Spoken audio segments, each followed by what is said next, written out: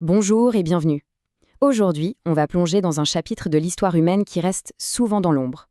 On part à la découverte de la préhistoire de l'Afrique de l'Ouest, une région immense dont le passé est en fait un puzzle absolument fascinant que les scientifiques sont en train de reconstituer pièce par pièce.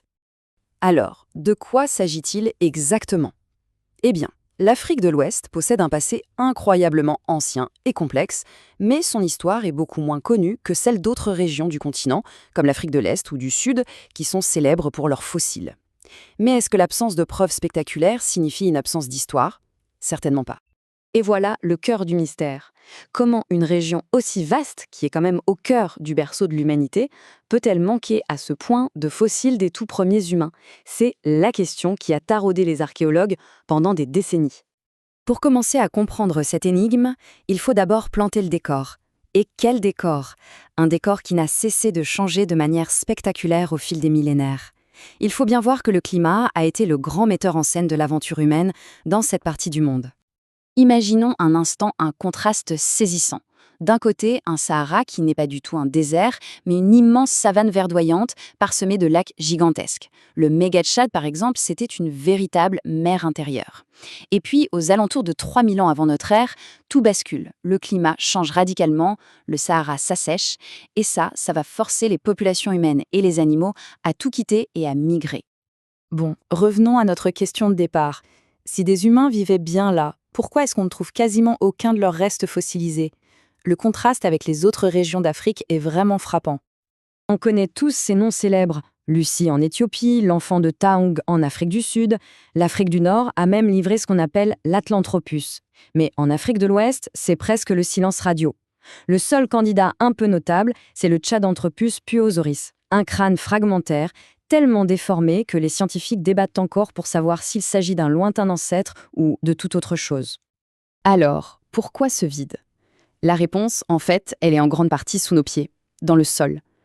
Avec l'humidité et l'acidité des sols tropicaux, les os ont une fâcheuse tendance à se dissoudre complètement avec le temps. Si on ajoute à ça des efforts de recherche qui ont été historiquement moins intenses qu'ailleurs et des gisements géologiques anciens plus rares, eh bien, on a la recette parfaite pour une carte blanche archéologique. Mais les archéologues sont du genre tenaces. Si les os ne sont plus là, ils se tournent vers ce qui a survécu au temps, les outils en pierre. Ces artefacts, ils sont les témoins, silencieux, mais en réalité, ils sont incroyablement bavards sur la présence et le mode de vie des anciens humains. Juste pour qu'on se repère, les préhistoriens utilisent une terminologie qui est spécifique à l'Afrique. On oublie un peu le paléolithique comme en Europe, ici on parle d'early, de middle et de late Stone Age. Ce cadre chronologique, il va nous servir de guide à travers des centaines de milliers d'années d'innovation. Chaque type d'outil nous raconte une histoire. Les bifaces de l'industrie acheulienne, par exemple, sont parfaits pour la chasse au gros gibier en pleine savane. Plus tard, le climat devient plus aride, l'environnement plus boisé, et hop, on voit apparaître les lourds pics sanguins, qui sont, eux, idéaux pour déterrer des racines ou des tubercules. Et enfin, on atteint le summum avec les microlithes, de minuscules éclats de pierre qu'on assemble pour créer des pointes de flèches redoutablement efficaces. C'est une véritable révolution pour la chasse. Allez, on passe au chapitre suivant de cette histoire, un chapitre qui est directement déclenché par l'assèchement du Sahara dont on a parlé. Cet événement va provoquer une véritable révolution culturelle et technologique. Avant de continuer, une petite précision importante sur le mot néolithique.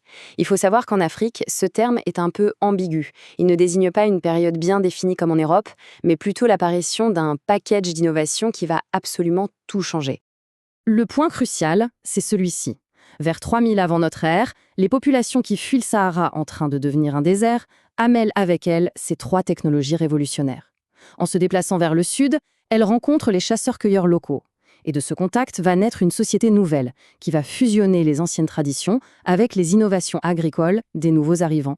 On arrive maintenant à la dernière grande transformation de la préhistoire ouest-africaine. Et peut-être la plus importante, c'est l'arrivée de la métallurgie. Et attention, pas n'importe laquelle. Et là, il se passe quelque chose d'assez unique dans l'histoire des technologies. On a l'habitude de la séquence âge de la pierre, âge du bronze, puis âge du fer. Mais que se passe-t-il si une civilisation saute complètement une étape? C'est un fait absolument remarquable. La région a, pour l'essentiel, contourné l'âge du bronze. Ce n'est pas du tout un retard, c'est juste une trajectoire différente qui est adaptée à son environnement. Le Sahara, en devenant une barrière, a isolé la région des développements du Proche-Orient. Et surtout, alors que le cuivre et l'étain nécessaires au bronze étaient rares, le minerai de fer, lui, était abondant. C'est une illustration parfaite d'une innovation locale indépendante. C'est donc autour de cette date que la magie opère.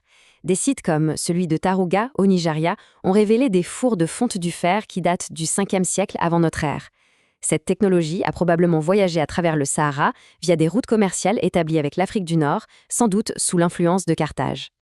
Mais l'arrivée du fer, ce n'est pas juste une avancée technique. C'est le catalyseur d'une véritable explosion culturelle. Les nouvelles techniques agricoles permettent de nourrir plus de monde, de libérer du temps. Et on voit alors émerger des sociétés complexes, des traditions artistiques spectaculaires, comme les célèbres terres cuites de la culture Nok, les énigmatiques cercles de mégalithes de Sénégambie ou encore les monuments de Tondidarou. Voilà, on arrive à la fin de notre parcours. Il est temps de rassembler toutes les pièces du puzzle et de voir ce que cette histoire nous révèle vraiment. La grande révélation, la chose à retenir, c'est celle-ci. L'absence de fossiles ne voulait pas dire une absence de population.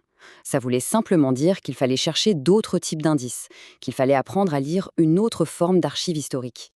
Les archéologues ont vraiment agi comme des détectives, en analysant les outils de pierre, en étudiant des grains de pollen microscopiques pour reconstruire les climats d'autrefois, en examinant les simples tessons de poterie. Ils ont réussi à faire parler le silence et à redonner vie à un passé incroyablement profond et dynamique. Et c'est là que tout prend son sens. L'agriculture, la maîtrise du fer, les sociétés complexes qui en ont découlé, tout ça, ce n'est pas juste une curiosité préhistorique. C'est le socle, la fondation sur laquelle vont se construire, des siècles plus tard, les célèbres et puissants empires médiévaux d'Afrique de l'Ouest. Mais cette histoire est loin d'être terminée. La carte blanche se remplit un peu plus chaque jour, avec chaque nouvelle découverte. Sous nos pieds, une histoire immense attend encore d'être révélée. Ce qui nous laisse avec cette question passionnante: quelles merveilles dorment encore sous le sol de l'Afrique de l'Ouest ?